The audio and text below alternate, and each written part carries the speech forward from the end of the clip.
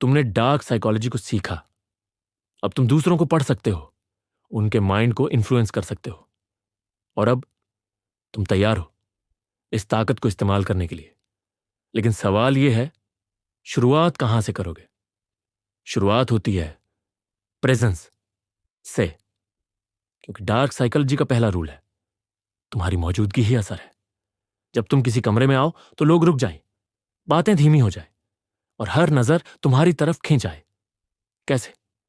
आंखों से बात करना सीखो, कम बोलो लेकिन ठहराव से बोलो, और जब तुम चुप रहो तब भी तुम्हारा साइलेंस बोले।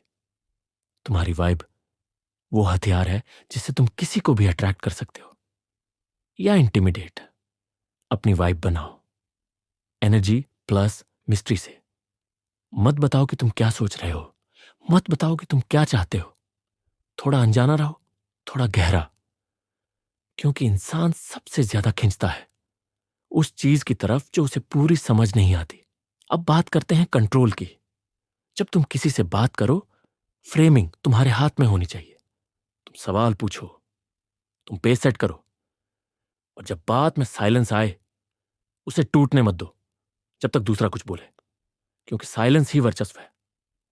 और फिर आता है एक खतरनाक टेक्निक, मिरर एंड रीडायरेक्ट। सामने वाले को ध्यान से ऑब्जर्व करो, उसके हाव भाव, टोन, बॉडी लैंग्वेज।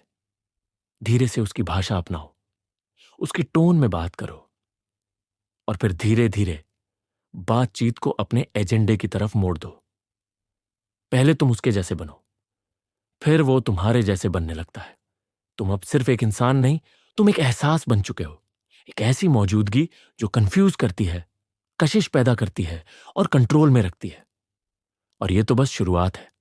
पार्ट 2 में तुम सीखोगे मैनिपुलेटिव कॉन्वर्सेशंस और इमोशनल हुक्स, जिनसे तुम किसी के भी दिमाग को अपने हिसाब से मोड़ सकते हो।